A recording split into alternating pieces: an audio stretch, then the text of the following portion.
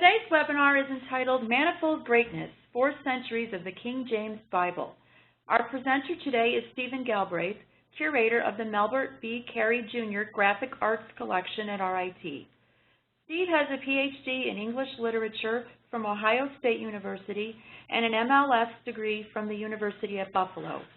Prior to coming to RIT, he was the Andrew W. Mellon Curator of Books at the Folger Shakespeare Library in Washington, D.C., the Curator of Early Modern Books and Manuscripts at The Ohio State University, and a reference librarian at the University of Maine.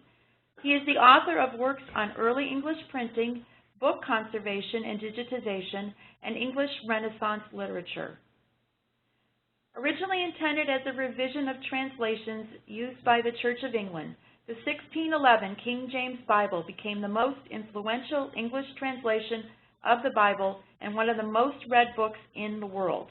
In this webinar, Steve will cover how this landmark publication was the culmination of a long and often unquiet history of Bible translation, how the 4 men chosen to work on it revised the translation of their predecessors, and how this historical work has had an enormous impact and influence over the last 4 centuries. Steve, I personally can't wait for you to get started. Take it away. Thank you, Cindy.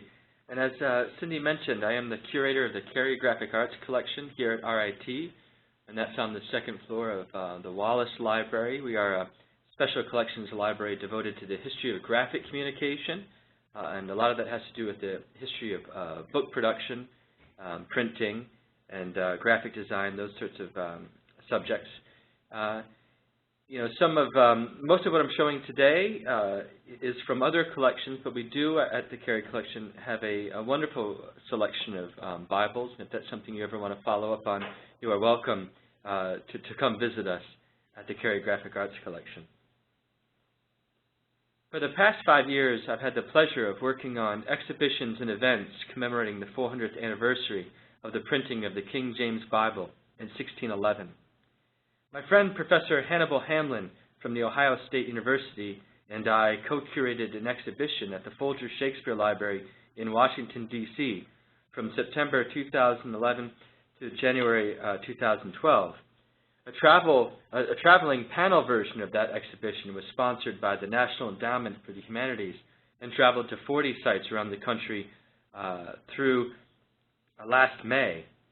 Its final stop was here at RIT, which we augmented in an exhibition of our own with selections from the Cary Graphic Arts Collection. Supporting the Folger exhibition and traveling panels is a comprehensive website devoted to the history of the King James Bible. There we go. It's manifoldgreatness.org, and I also invite you to explore this website for further information on this topic. Originally intended as a revision of translations used by the Church of England, the King James Bible has traveled far beyond the lecterns of English churches. You can hear its language echoing from English cathedrals to rural American churches, from traditional Anglican hymns to Jamaican reggae music, from Milton's Paradise Lost from 1667 to a Charlie Brown Christmas from 1965. Crucial to the King James Bible story is a complex and often unquiet history of Bible translation into English. As you all probably know, the Bible first circulated in manuscripts written in the text's original languages: Hebrew, with some Aramaic and Greek in the Hebrew Bible or Christian Old Testament, and Greek for the New Testament. In the late 4th and early 5th centuries, in the Common Era, or AD, Jerome produced a Latin translation of the Bible known as the Vulgate at the request of Pope Damascus. Jerome's was not the first Latin translation, but it became the official translation used by the Church. And here is one of my favorite images of Jerome at work. This is done by Albrecht Dürer at 1514. You can see Jerome's bishop's hat here. Centuries passed before complete translations into other languages became readily available. The first translations of the Bible into English began with the Latin translations of the Bible into Anglo-Saxon England in the 6th and 7th centuries. Actually, complete Bibles in Latin aren't that common during this period, but rather we find manuscripts of certain sections of the Bible, and some of them have glosses in Old English. Glosses are translations or notes concerning the text written later. Let's pause for a minute on the notion of Old English. I imagine most of you know what I mean by the language Old English, perhaps some of you have even studied it, but there is often confusion between Old, Middle, and Modern English. Old English, sometimes called Anglo-Saxon, was the Germanic language spoken by the Anglo-Saxon tribes in Britain from about the 5th century to 1200 CE. It has many different characters than our modern English, or even the Middle English of Geoffrey Chaucer's age. Perhaps some of you have read the Anglo-Saxon poem Beowulf. That's probably the most famous work in Old English. Returning to Latin Bibles in Anglo-Saxon England, scholars McCullough and Silipova note that of 40 psalters and psalter fragments surviving from Anglo-Saxon England, 14, an impressively large number, have Old English glosses. Perhaps the most famous Latin Gospel book with English glosses or annotations is the Lindisfarne Gospels. The Lindisfarne Gospels was produced in the late 7th century in Northumbria, England, on the island of Lindisfarne. The manuscript is now held in the British Library. In this image, you can see the main Latin text. I'll show you here. So the main Latin text, and above that, and that's from about the 7th century, it is from the 7th century, and above that, Old English translation, written about 200 years later, around 950 CE or so. You've got the Latin with the Old English written above it. This page is from St. Jerome's prologue to the four Gospels. In Latin, and we're going up to the top here, it reads, plures fuisse qui evangelia scripserunt. Roughly translated, so many who have written the Gospels. Written above it is an Old English translation. To give you an example, evangelica here, was Latin for Gospels, is translated in Old English above it, God's spelos, which is Old English for Gospels. See the translation above it there. During this period, there are also examples of Old English poetry based on books from the Bible. So this is not direct translation, but verse adaptation of biblical books. Perhaps the most famous example is, I'm sorry, I had a detail here where we could see that. So let's just return for a second to see the plures fuisse qui evangelia.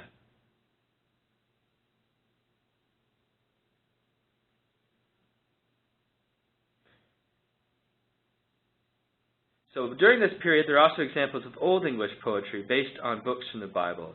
So this isn't direct translation, but verse adaptations of biblical books. Perhaps the most famous example is the Junius manuscript from about 1000 CE, currently housed at the Bodleian Library at the University of Oxford. This manuscript contains Old English verse based on Genesis, Exodus, and Daniel.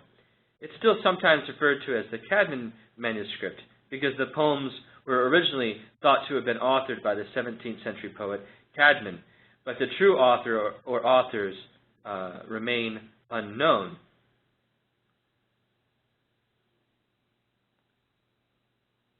In addition to its Old English verse, the manuscript is illustrated. The page I'm displaying has an illustration depicting the creation of Eve. On the right side, God is shown taking a rib out of Adam's side. So here is Adam sleeping, and you can see God, and he's holding here. He's taking a rib out of Adam's side here. On the left, God holds the hand of newly born Eve. It's a very gentle image, isn't it? He's holding her hand, and you can see someone's later written Eva, or Ava, Latin for Eve. This next page from Manuscript Junius is my personal favorite in the manuscript It depicts Noah's Ark as a kind of Viking ship. You can kind of see right here the head of the ship might remind you of a Viking ship here.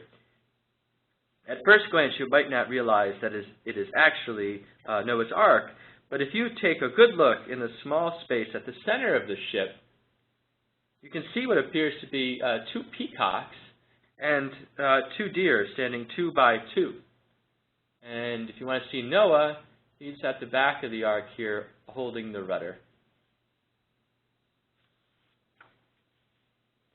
In the centuries that followed, we continued to find parts of the Bible translated into Old English. Following the Norman conquest of England in 1066, Old English became infused with other languages, especially Latin and French, and evolved into what we call Middle English. Middle English was the language used in Britain from about 1066 to the end of the 15th century. It's the language of Geoffrey Chaucer's Canterbury Tales. Middle English translations of the Bible are fairly rare.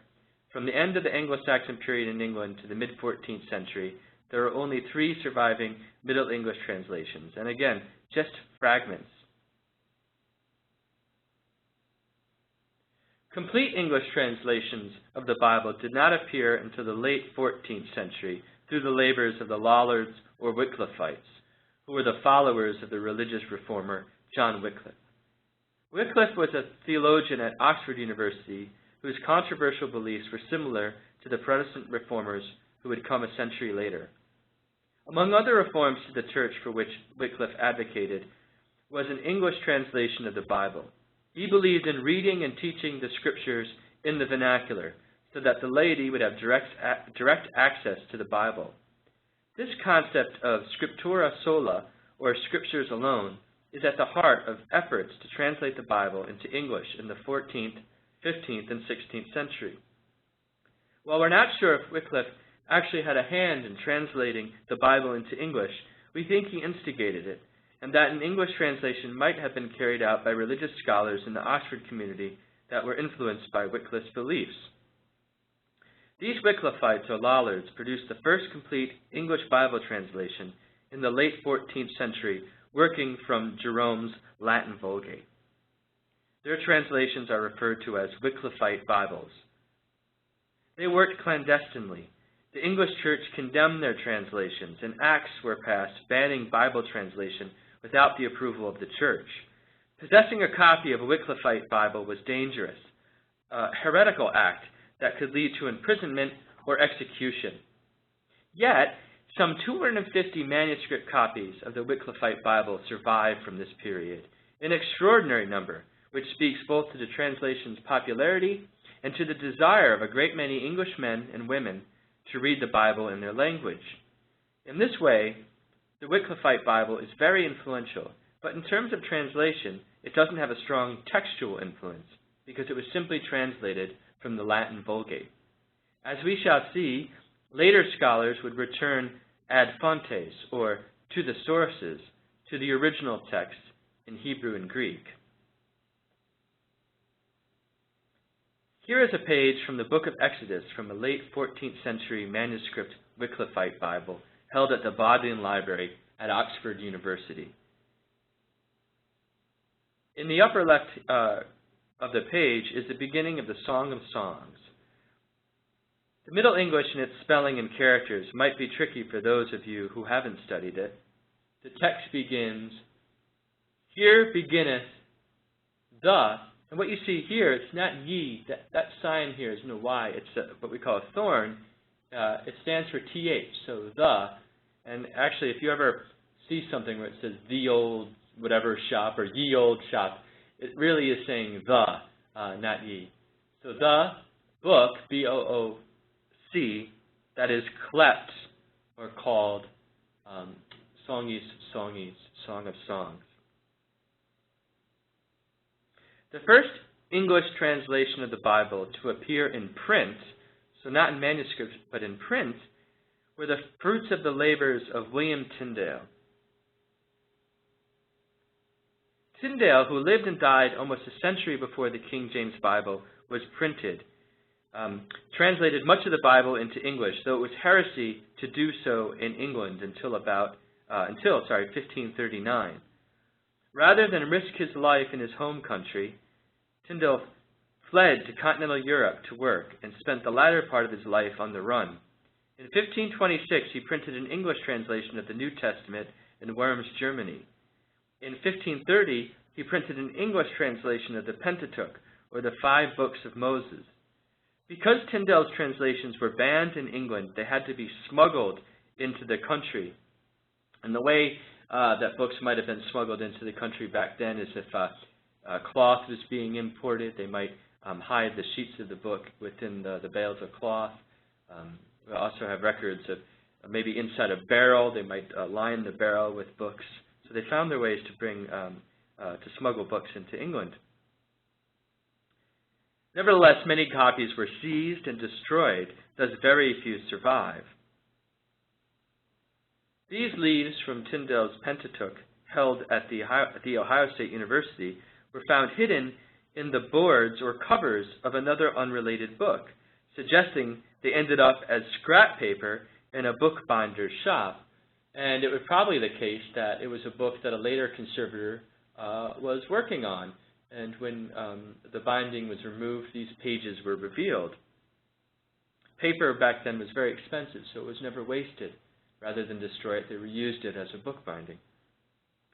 While Tyndale never did finish a complete English translation of the Bible, his work was a major influence on most 16th and 17th century English Bibles, including the King James Bible. Indeed, scholars have estimated that 84% of the King James Bible's New Testament and about 76% of the Old Testament remains Tyndale's translation. This is a very important point, and as a matter of fact, when we were putting together this exhibition, Hamlin and I often would refer to Tyndale as kind of the hero or the main figure in the King James Bible story. Because even though he was translating about a century before the King James Bible was released, his translations were by far the most influential. Again, scholars have estimated that 84% of the King James Bible's New Testament and 76% of the Old Testament remain Tyndale's translation. I need to pause here for a moment to contextualize the efforts and sacrifices made to translate the Bible into English. As I just mentioned, prior to 1539, translating the Bible into English was heresy. Both Wycliffe and Tyndale were persecuted for their Reformation efforts. Decades after his death, John Wycliffe was officially consigned to damnation by the church. His bones were exhumed and burned, and here's an image depicting this. So if you look here, it's hard to see, but that says Wycliffe's bones, and here they are. They've exhumed him, they're going to burn him here, and then you see the ashes of Wycliffe cast into the river, it says here. In 1536, William Tyndale was captured in the Netherlands and executed as a heretic. According to martyrologist John Fox, Tyndale's last words were, "Lord, open the King of England's eyes." This woodcut image and the previous one are from the 1570 edition of John Fox's Acts and Monuments, or Book of Martyrs. The first complete English translation of the Bible was the Coverdale Bible, printed in 1535.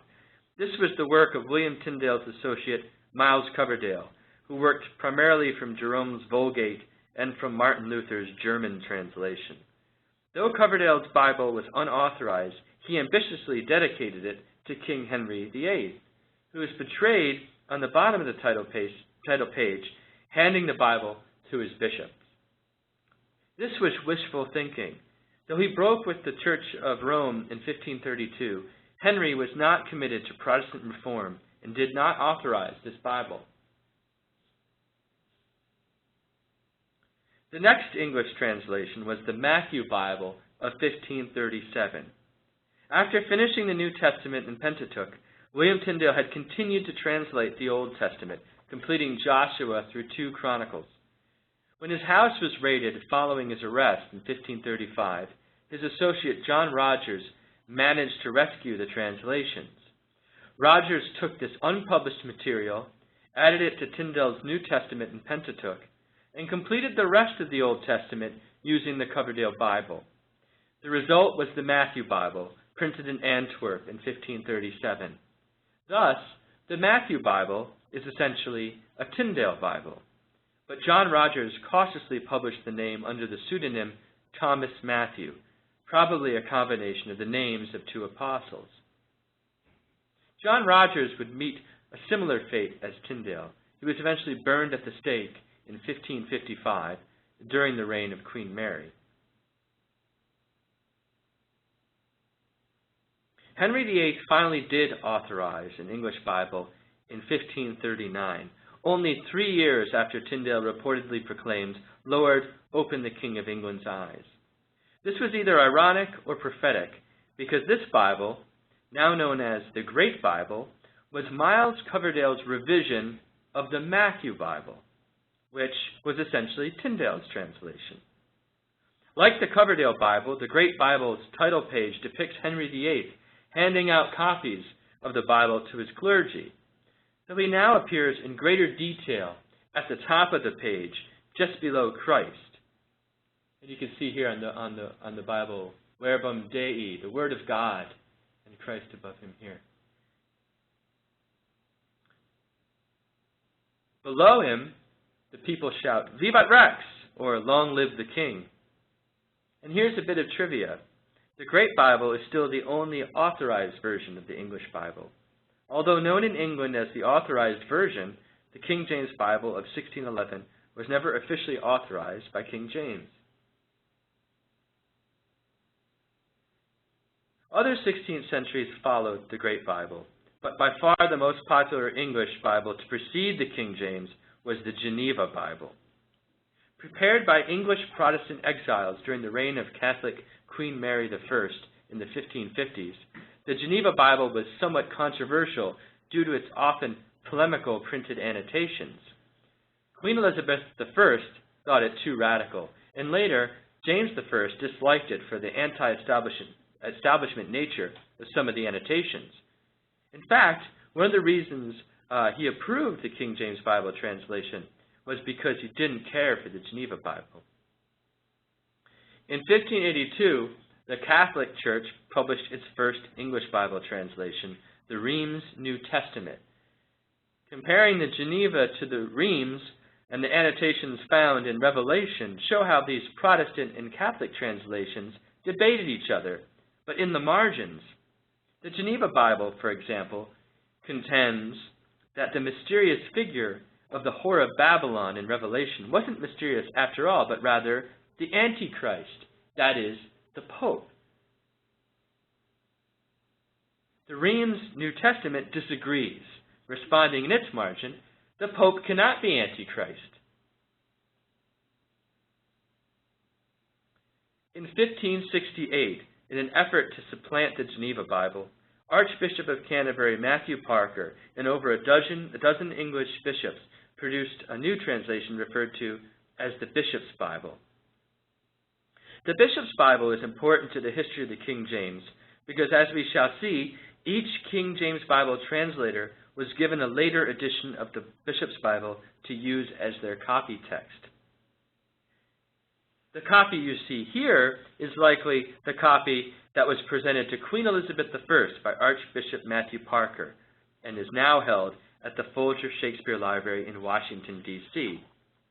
The Bible is bound in red velvet, a particular favorite of the Queen. 4 raised silver bosses,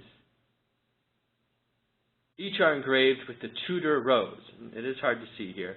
Maybe it's easier to see here on the clasp, where we also find Tudor rose. The center plate, also made of silver, is engraved with Elizabeth's royal arms, flanked by E.L., and it's hard to see here, but R.E. for Elizabeth Regina, Latin for Queen Elizabeth.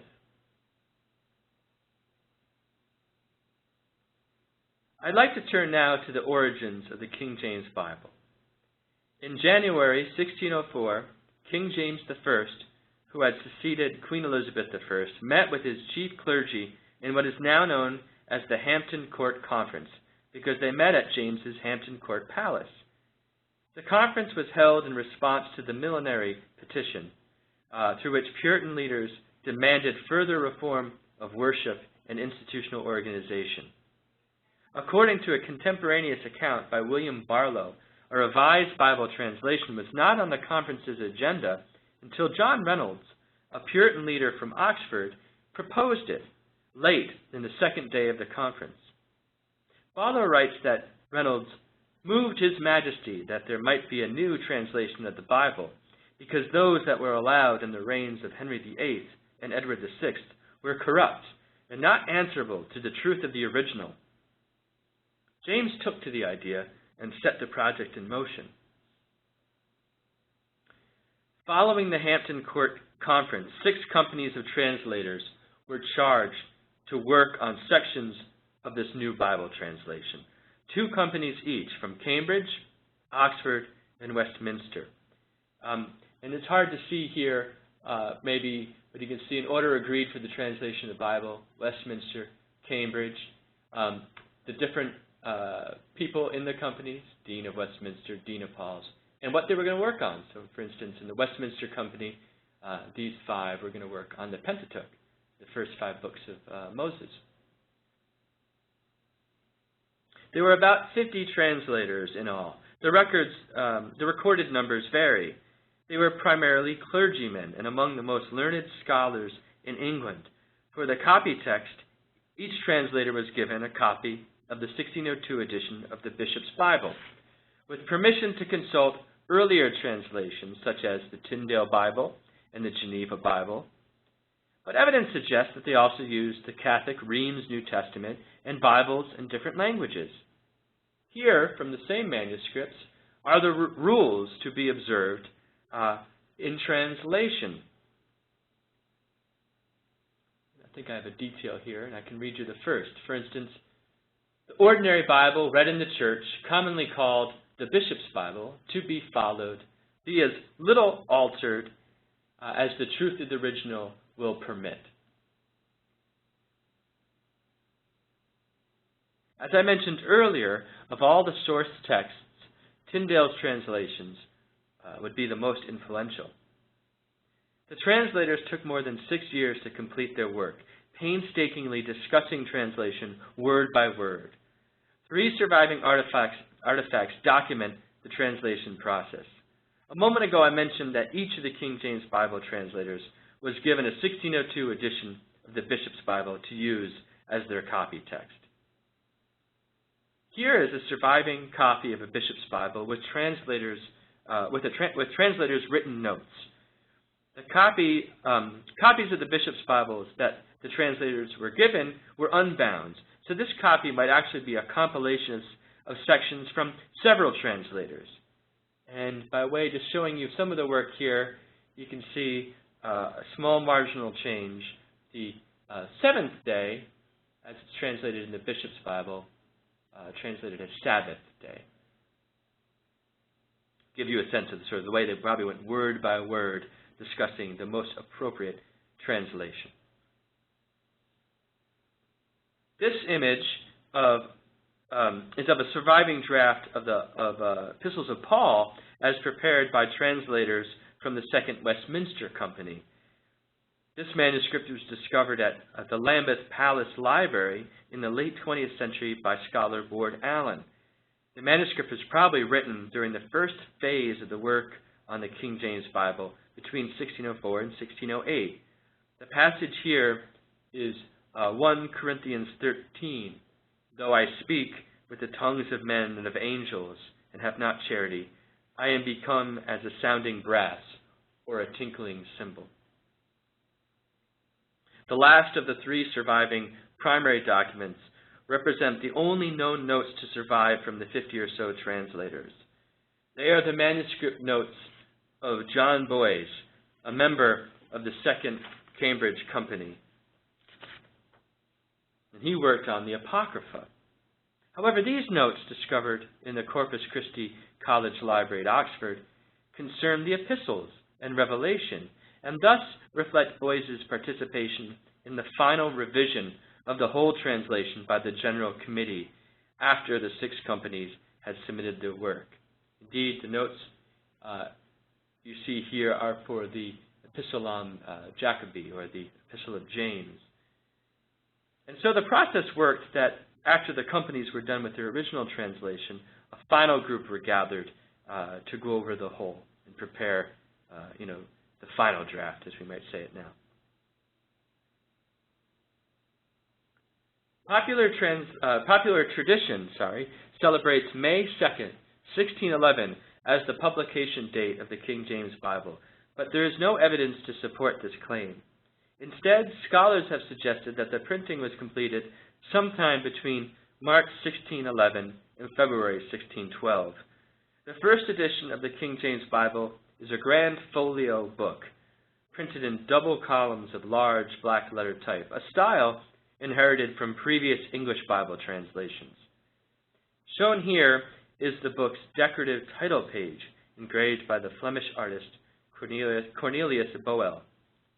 You can see his name engraved at the bottom, the signature C. Boel Fecit, or he made it.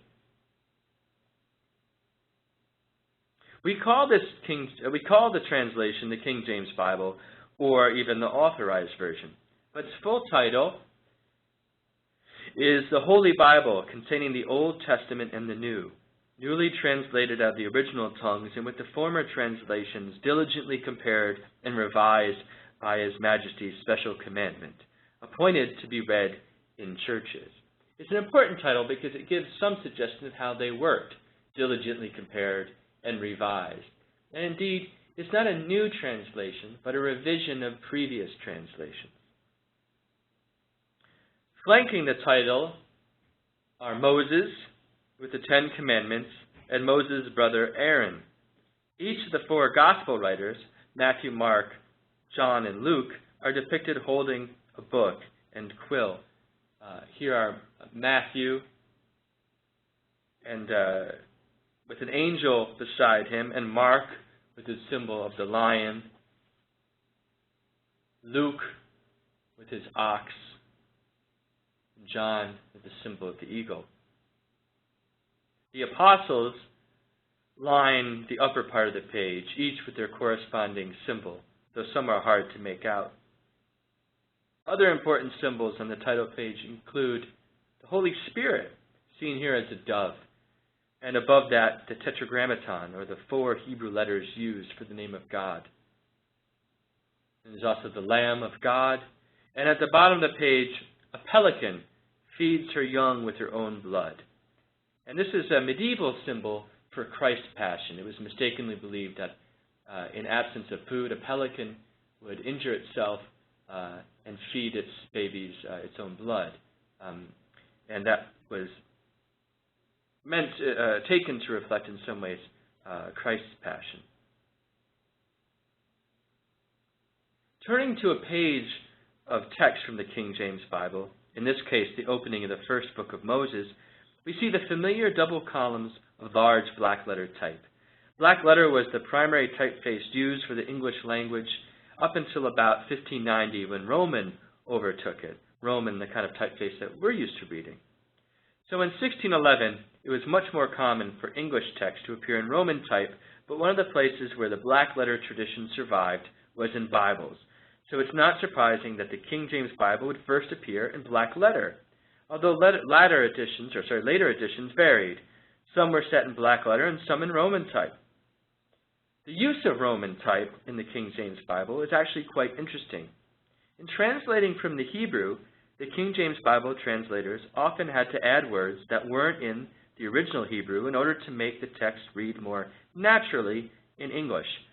These words are set in Roman type instead of black letter to show that they are additions, not word-for-word translations. For example, on this page, you can see the words "it was," but in Roman type, and that's a signal by the translators to let you know that this is something they added to make the Hebrew translation work. And again, a nod to the sort of word-by-word translation process that they went through, and also their intent to get the translation as close as possible. The King James Bible was printed by Robert Barker, the King's printer. In this role, he printed official government documents and also held the royal privilege for printing English Bible. The King James Bible was an expensive venture for Barker. Financial troubles compelled him to take on investors, leading to ongoing legal battles over his royal privilege. And that could be a whole lecture in itself, the kind of financial troubles that Robert Barker got involved with, and the way that the King James Bible had a somewhat negative effect on his whole career. But money wasn't Barker's only troubles. His early editions of the King James Bible are known for a few egregious typos, such as mistaking Judas for Jesus in the so-called Judas Bible of 1613. So this is the scene in the Garden of Gethsemane, as you see here, and rather than printing now I'm getting confused. Rather than printing Jesus, Barker printed Judas. So they had to go and make little paste-down slips so they could cover the word Judas with the cover of with the word name Jesus. And you can actually see, do you see this little bit of a J sticking out here? That's a remnant of the Judas. He's not completely covered up here. Not a great mistake to make. But worse is the infamous misprinting of the seventh commandment in the so-called Wicked Bible of 1631. As you read, it says, "Thou shalt commit adultery." Of all the commandments to get wrong, maybe this is the second worst. This came even to the attention of the king, who demanded all the copies recalled and destroyed. In that way, not many copies of the Wicked Bible survive. Traditional estimates put the print run of the first edition of the King James Bible from 500 to 1,000 copies. More recently, scholar Donald Brake prepared and published a census of all the surviving first issues of the 1611 King James Bible and identified some 174 copies. Brake believes that the survival rate suggests a print run as high as 1,500 copies. And I want to show you now what I believe to be the most exciting copy of the 1611 King James Bible. While co-curating the exhibition at the Folger Library, I had the pleasure of working in the library of the National Cathedral in Washington, D.C., and was astounded to learn that they owned the copy of the 1611 that was bound for King James's son, Prince Henry, who died tragically the following year. And here is that copy. We know it was bound for Prince Henry because his arms are stamped at the center. We also know that this copy is the one printed for Henry, and perhaps even the very first printed, because as we saw earlier, the title page, oh, I'm sorry, there's a nice detail of the arms. Let me pause on that. But earlier we saw the title page and how it was signed by Cornelius Bowell, and here it's actually engraved into the copper plate that was used to print the title page. The title page to print Prince Henry's copy, it's actually not engraved in the copper plate, but signed. It hadn't yet been engraved. This copy is still owned by the National Cathedral, though I believe it's still on loan to the Folger Shakespeare Library. Speaking of Shakespeare, we cannot discuss the King James Bible without addressing the popular but fictional legend that William Shakespeare was involved in the translation of the King James Bible. Translators were chosen among clergy who had knowledge of ancient languages. These men were concerned with literal accuracy rather than literary style. Shakespeare, on the other hand, was not a minister but a popular playwright, and had, according to his friend and rival Ben Jonson, quote, small Latin and less Greek. Yet some find erroneous clues in Psalm 46. Here, shake can be found 46 words from the beginning, and spear 46 words from the end. Noting that Shakespeare was about 46 years old in 1610, code hunters have argued either that this is Shakespeare's secret signature or else a tribute from the translator. However, earlier Bible translations have the same words in roughly the same places. So dismiss this idea. I hope I haven't convinced anybody now with this code breaking that Shakespeare was involved. I'd like to end this presentation with a very brief look at the cultural influence of the King James Bible. It's impossible to adequately articulate the global influence the King James Bible has had. So for our exhibition, we chose touchstones that we hoped would convey the translation's long reach. Literary influences range from John Milton's epic Paradise Lost to Toni Morrison's Song of Solomon. Musically, the libretto to Handel's Messiah is based on passages from the King James Bible. More recently, reggae musicians adopt passages from the King James Bible into their lyrics. Indeed, according to friends, Bob Marley never went anywhere without his copy of the King James Bible and could often be found reading from it or engaging his bandmates in religious debate. And shown here is a Gideon Bible owned and signed by Bob Marley.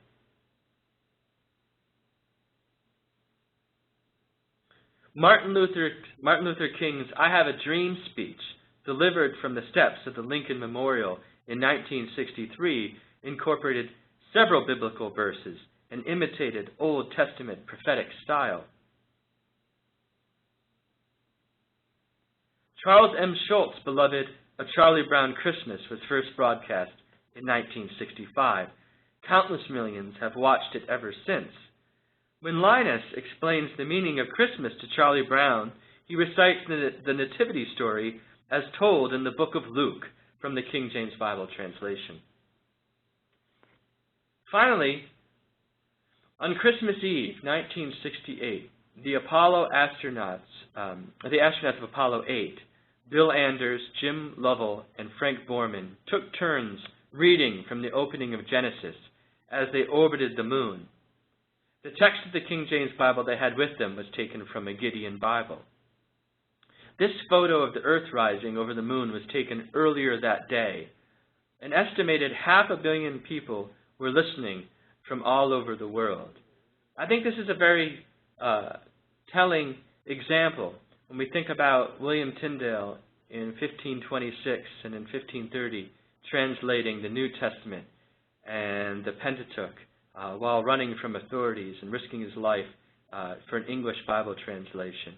And then we fast forward all the way to 1968 to a moment where the words, which we still know are primarily William Tyndale's translation, were broadcast from outer space to all over the world into the ears of 500 million people. Really does show how far this translation has traveled. And I want to end my presentation today with a recording of that reading, after which I'm happy to try to answer any questions that you might have. We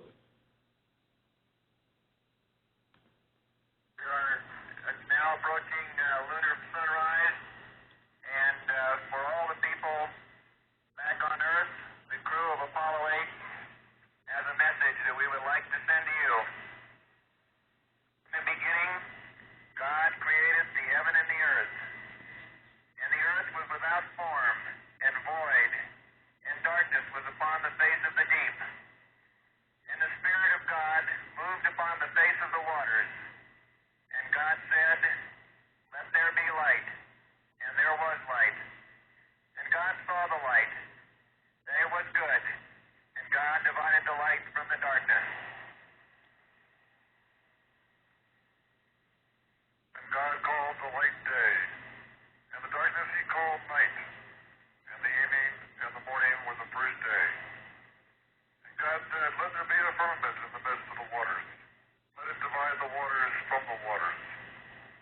And God made the firmament, and divided the waters which were under the firmament, the waters which were above the firmament. And it was so. And God called the firmament heaven. And the evening and the morning were the second day.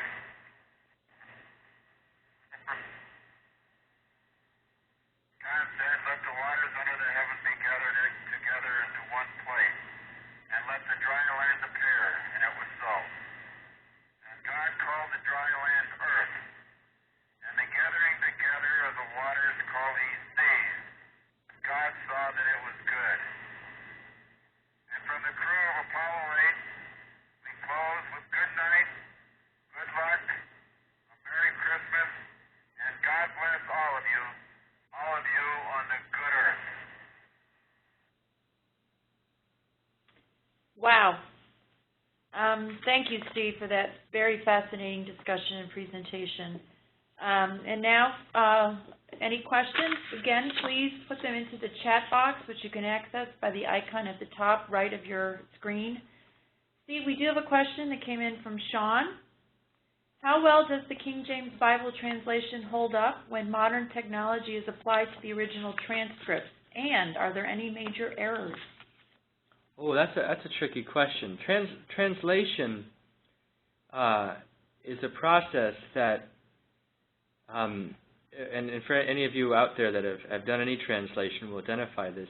That is, getting the right meaning to word. It isn't even something that could probably be done particularly well with modern translators, if say a computer translation, because shades of meaning are so very tricky. So it'd be hard to compare, I think, the translations done by the King James Bible translators, and of course the translators that they build on, and the way that you might translate it using a very literal kind of modern equipment. So I'm not sure that's a, that's a hard kind of thing to to get a good sense of. The King James Bible itself went through different revisions. I mean, there are certainly people who still consider it the most important translation, the best translation.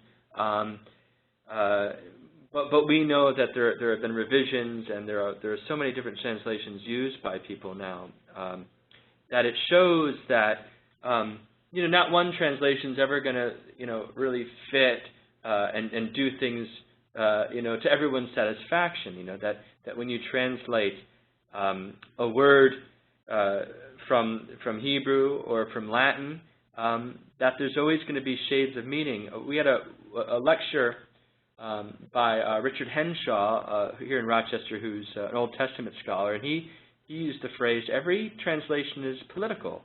And what he meant by that is anytime someone goes about translating, they do it with their own background, their own intent. Now maybe a machine can help remove that, but it's very difficult to answer that question. I hope that's at least helpful. Thanks, Steve. Question came in from Katie. How was the King James Bible received at the time? Oh, that's a very good question. It kind of, there's little reaction to it. There's when it comes out, the first thing to know is I mentioned the Geneva Bible. That's a very, very popular translation in England, and the two that are being read before the James are the Geneva and the Bishop's Bible. The Bishop's Bible, we might say, is what's being used in churches, and the Geneva is what's being used in people's homes. If you're a fan of Shakespeare, most of the biblical quotations are going to be from the Geneva. Very popular. When the King James Bible comes out in 1611, there isn't any sort of real reception, and there isn't a lot of opinion. The one opinion that is recorded is by a Hebrew scholar named Hugh Broughton, and he hated the translation. He wrote a very strongly worded pamphlet in reaction to it. He did not like what they were doing with the Hebrew. At one point, I think he says, I'd rather be torn into pieces by wild horses than to read this translation. It's not until later on that people really begin to see this translation as the kind of masterpiece that a lot of people consider it to be. That happens later. The Geneva stays a popular Bible, but they begin not to print it as much. And so the King James Bible almost takes over by attrition and becomes a very, very, becomes popular because it's the one printed. And eventually its reputation grows. But that's going to be probably later in the 17th century into the early 18th century and beyond. At the time, there's really no reaction to it. Okay, another question from Reg. Were the original texts, the canon, fully determined before the King James Bible was written, or did the King James Version affect what is now included in the Bible? Well, that's a very good question. I won't be the best person to answer it. That goes a bit beyond my own research and experience. But I could say that what they were working on at the time had been established. They weren't adding anything to it, like the inclusion of the Apocrypha in the King James Bible, a Protestant Bible. Later on, you don't get the Apocrypha in Protestant Bibles, but at that point it was in the canon. It was to be there. So they were really responding to the 16th century Bibles that they were building on. And as far as I know, they're not going to be adding making any changes to the canon. But again, I want to be cautious with that answer because it's something that I'm not going to be as well versed in. But I do hope that response is helpful. Jim's question is, does the existence of older texts today offer more accuracy in more contemporary translations than the King James Version? I think that, I think one of the most exciting things about working in the field of history is that we're always learning new things about the past. And, I work with rare books and manuscripts, and there never seems to be a lack of new things being found. And I do think it's important that as